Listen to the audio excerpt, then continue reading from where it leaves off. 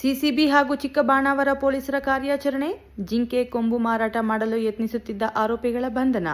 ಮುರಳಿ, ಮಂಜುನಾಥ್, ಕಾರ್ಯಪ್ಪ ಬಂಧಿತ ಆರೋಪಿಗಳು. ತುಮಕೂರಿನಿಂದ ಬೆಂಗಳೂರಿಗೆ ಜಿಂಕೆ ಕೊಂಬು ತಂದು ಮಾರಾಟ ಮಾಡಲು ಯತ್ನ. ಖಚಿತ ಮಾಹಿತಿ ಮೇರೆಗೆ ಆರೋಪಿಗಳ ಮೇಲೆ ದಾಳಿ ನಡೆಸಿದ್ದ ಸಿಸಿಬಿ ಹಾಗೂ ಚಿಕ್ಕಬಾಣಾವರ ಪೊಲೀಸರಿಂದ ಜಂಟಿ ಕಾರ್ಯಾಚರಣೆ.